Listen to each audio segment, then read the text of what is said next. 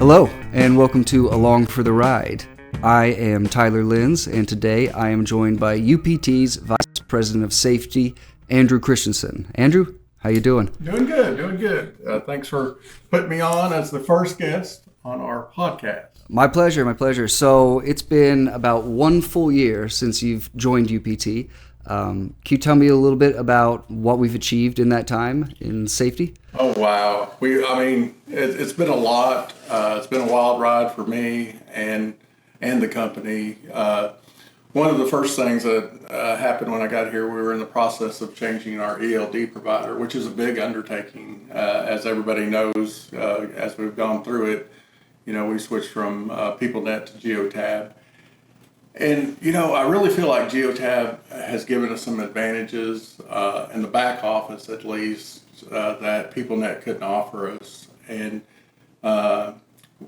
it's been good for the company in a compliance with DOT rules and regulations.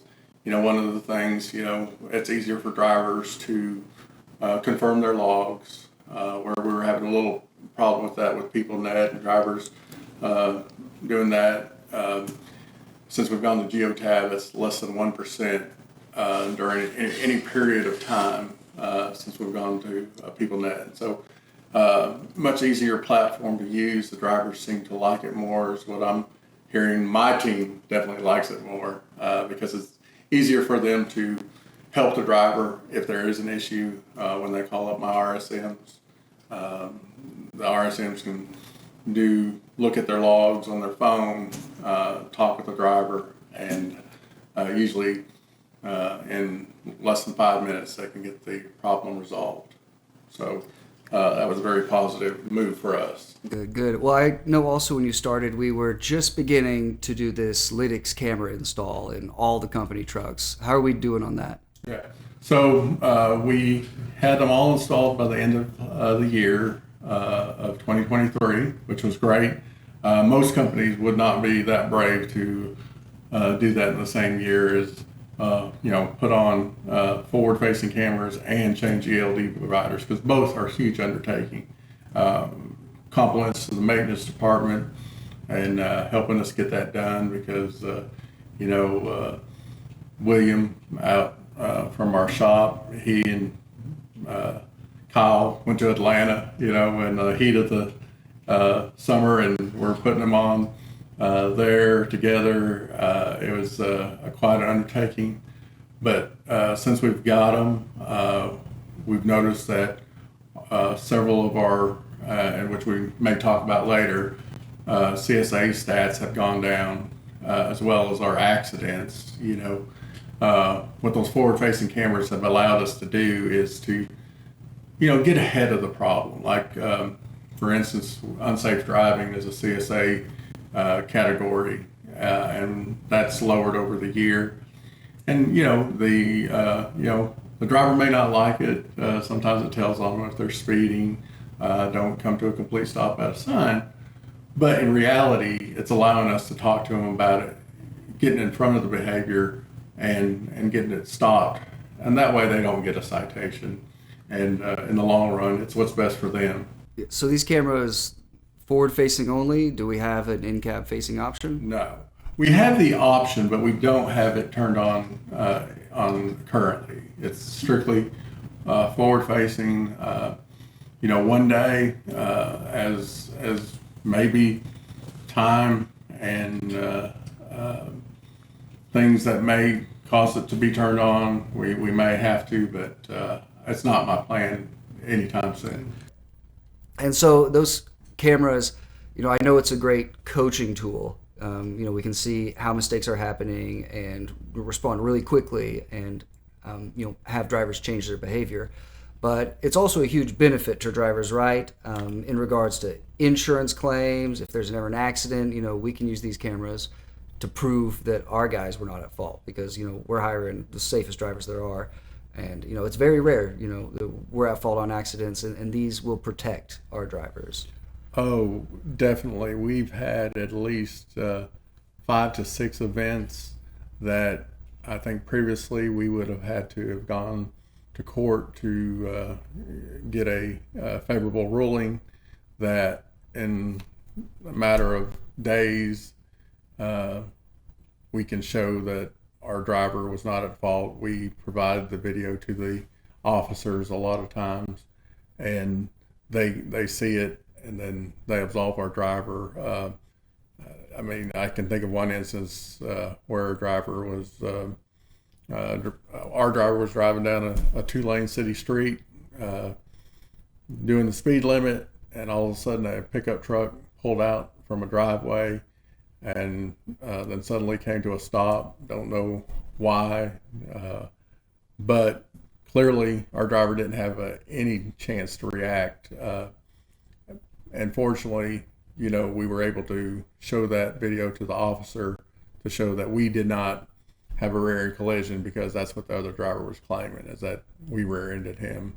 And and then we've had several instances otherwise that have, again, proven to be a positive for the driver versus a negative. Good. Well, I'm glad it's all installed. I'm sure the techs are more glad than anyone else that project's done. I know that was a lot of work on their end. Amen.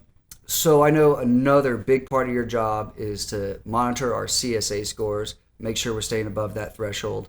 And can you, before you even dive into these scores, talk about what this threshold means and what happens if we fall below it?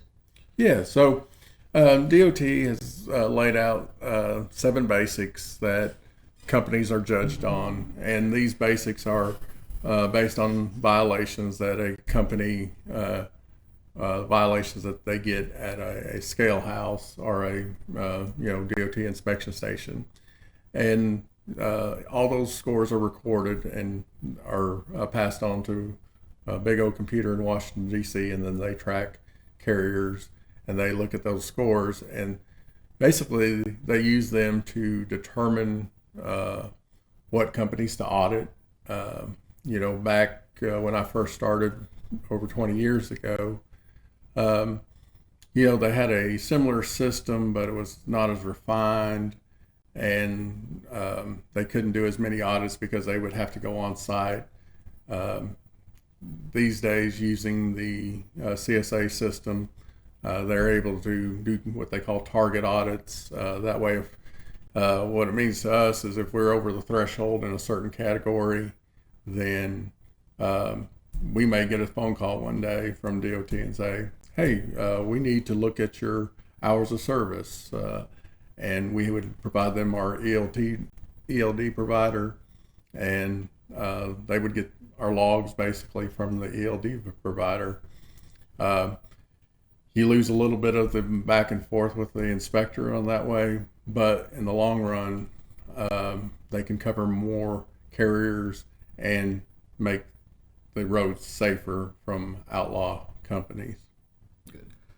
So let's dive into some of those scores. I know we have some good ones, and maybe one I know we've been working on for a couple months now, but it's been continuously improving. But right. I'd love to. Let's hear the good first. Okay. So as I mentioned, this is last May versus May of 23 versus May of 24, which are the last release numbers from the DOT. We basically cut our unsafe driving in half. We went from an 8% to a 4%. And this is probably one of our best categories, which is great because it means our drivers are following the rules and the regulations of the highways, stopping, obeying the speed limit, using their blinkers when they change lanes, things of that nature. So what that 4% means is we're in the top 4%. So 96% of other carriers of our size are worse than us. We are in the top 4% of carriers when it comes to unsafe, and that's very proud of that one. And unsafe driving is kind of like I mentioned. It's the citations that a driver would get for speeding, improper lane change, following too close. So great improvement there from an already outstanding score. Our crash indicator, this is when a person is involved in a DOT reportable accident. So regardless of fault, DOT will put that on a carrier, whether the OV strikes us and there's somebody either injured, so a vehicle had to be towed due to disabling damage, or fatality. So these are your more severe accidents, and this is one of the main indicators that would signify to the DOT that a carrier is unsafe. So if it's high, you have a high chance of being selected to be in an audit.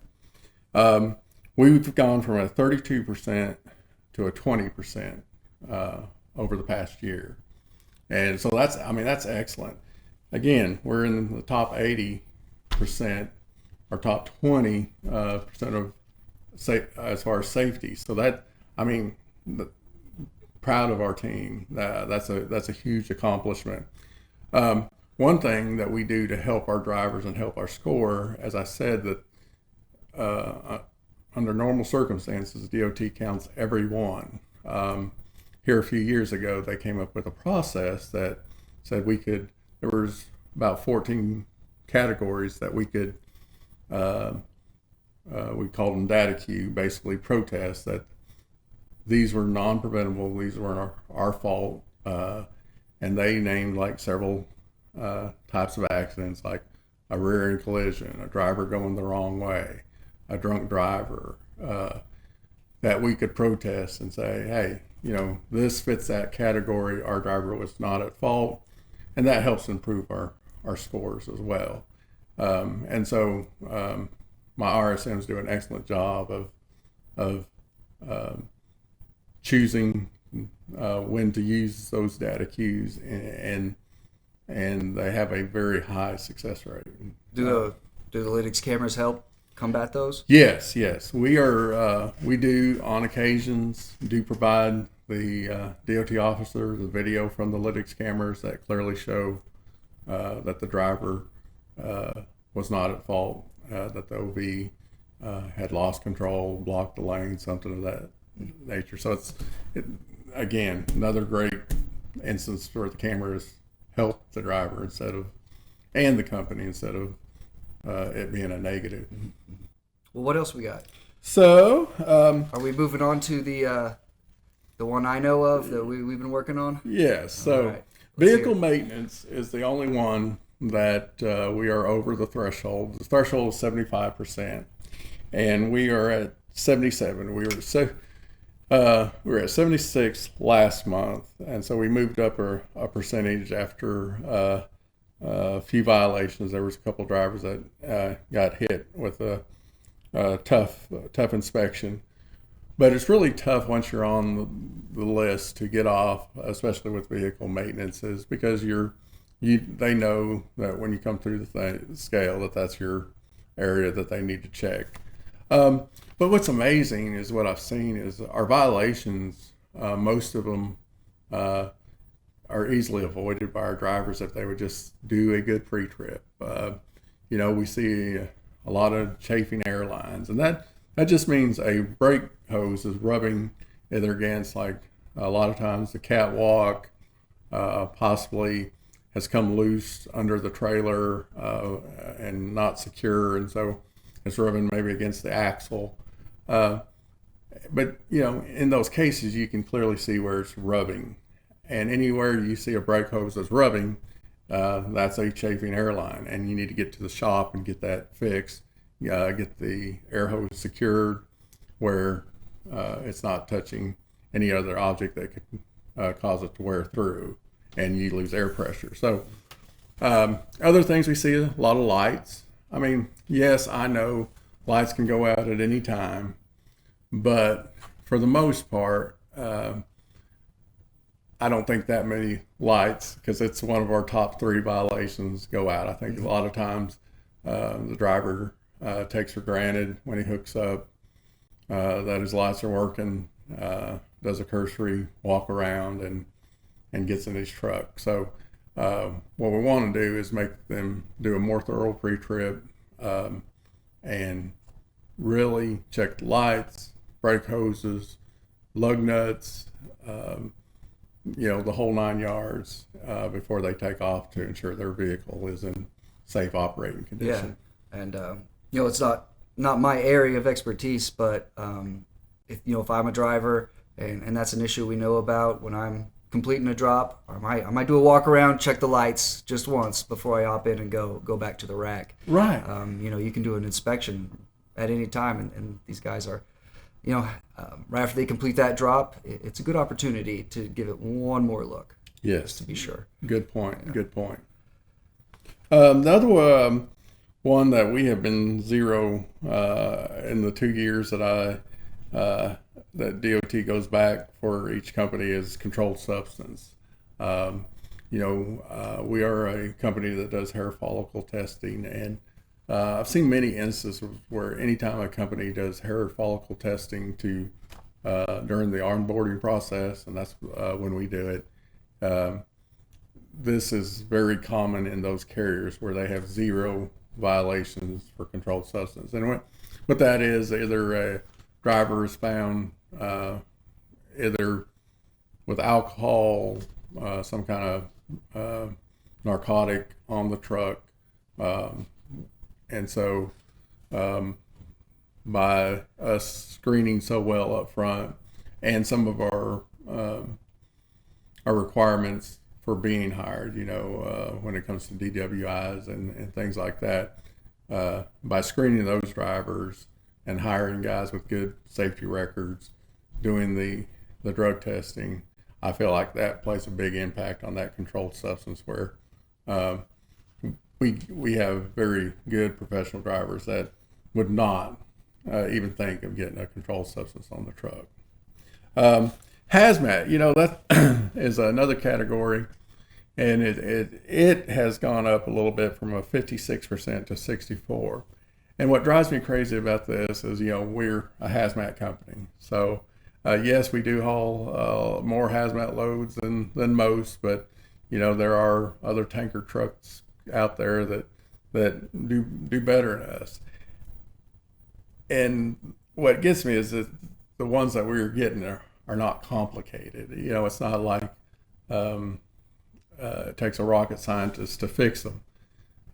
They're just like driver not keeping their paperwork accessible while in the driver's seat. Now that has to be within arm's reach at all times, right? Right. Okay. While they're in the truck, secured by their seatbelt, they have to be able to reach the paperwork. And that's just in case of an emergency. They have to evacuate. They can't be, rummaging around, reaching over to the side. They've got to have that paperwork along with the emergency response paperwork for the officer. And so when they exit the truck, they got to be able to grab it and exit the truck. When they're not in the truck, then it needs to be on the driver's seat or in the driver door pocket for officers to obtain if there's something, some type of emergency. So other thing, placards. Ours have the folding placards, but sometimes they become faded or broken. If you do your pre-trip, you see a faded placard, go up to the shop, get it fixed, save you a DOT violation. And then the last category is driver fitness. And this has to do with like their medical card, our medical restrictions, following medical restrictions. So if a driver, some of the things we've seen here, like drivers not wearing their glasses, and they have that DOT requirement of must wear their glasses on their physical, so med card. So that's we've had a couple of those. Other than that, we've been very fortunate. I believe we've had one instance where a driver failed to keep his medical card on file and was stopped, and he was operating a commercial motor vehicle. And so it's important for drivers to make sure they keep their DOT physical on file with their state. All right. Well, it sounds like we're doing pretty darn good. Yeah, and overall. we're improving where we need to be. And yes. We just got to do a little bit more thorough job with our pre-trip inspections, and we can make a big difference there. Yes, sir. So how long have you been working in safety in the trucking industry? So I started in the safety area in 1995. with a dry box carrier out of Van Buren, Arkansas. I was 9 years old. Oh wow! Oh man, makes me feel old. No, but it was something that I enjoyed. We went through each department as part of their program, but I really enjoyed safety and training. It was something new each day. I got to teach orientation while I was there as part of my upbringing through the culture, and got to meet a lot of drivers, teach them back then, paper logs and trip planning, and was a big thing. You couldn't, put in to your iPhone or your navigation device. You had to know what route you were taking and how long, you figure out how long it was going to take you, plan your fuel stops, and some drivers, as easy as it sounds, it was a hard thing for them to plan their hours out and figure out when they could get there. And I enjoyed teaching those because one day a light would come on, and man, they were really thankful, and I felt like I'd accomplished something. So, and then after that, it just seems to be a natural thing for me. There's a set rules. You have to follow them, and it makes my job real easy because, if you don't follow them, you're in violation. If you do follow them, you're doing great. And, our goal is to do great. Right. Now, let's we're coming towards the end here. Let's have a couple tips. So you've been in safety for a long time. 2 or 3 tips for professional drivers, specifically if you can in tanker, to stay safe out there, to do the job properly, and to avoid any out of service violations. Right. So number one, do a good pre-trip. Your vehicle is your tool that you're going to be using throughout the day to deliver your loads. You want to make sure that it's not going to break down on you, leave you stranded on the shoulder. Not only does it cost you maybe a violation on your record as far as the DOT is concerned, it costs you time. I mean, anytime your vehicle breaks down or you get stopped and have to have a violation fixed, that's time. And I know safety is very important, but I know drivers are also here to make a living, and I think they can definitely help themselves make a profitable living driving safe and spend less time either broken down or in violation if they do a really good pre-trip.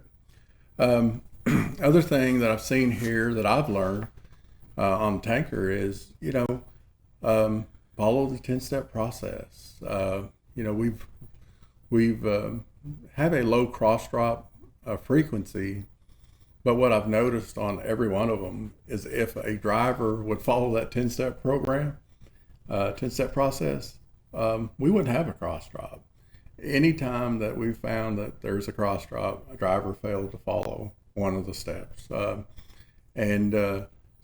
that would be another one. And then probably the last one is, don't get in a hurry.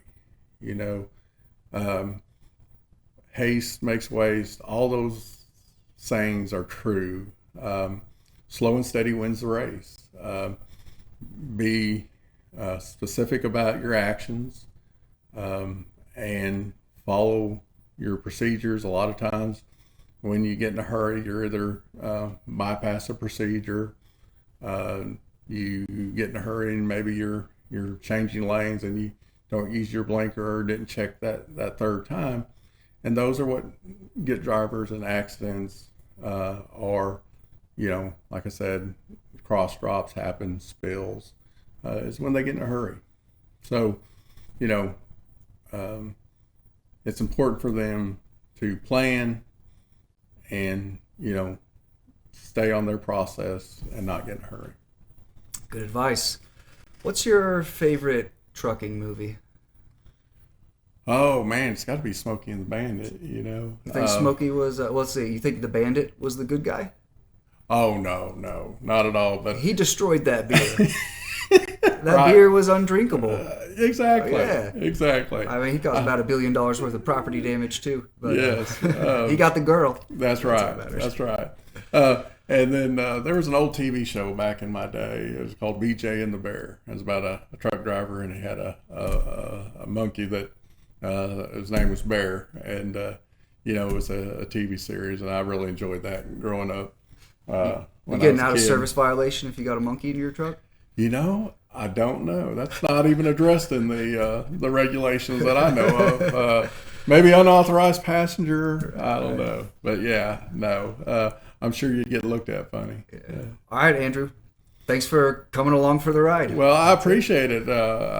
Look forward to having other people in this seat and learning a little bit more about them and their department as well. So it should be interesting. All right. Thank you very much. All right. Thanks, Tyler.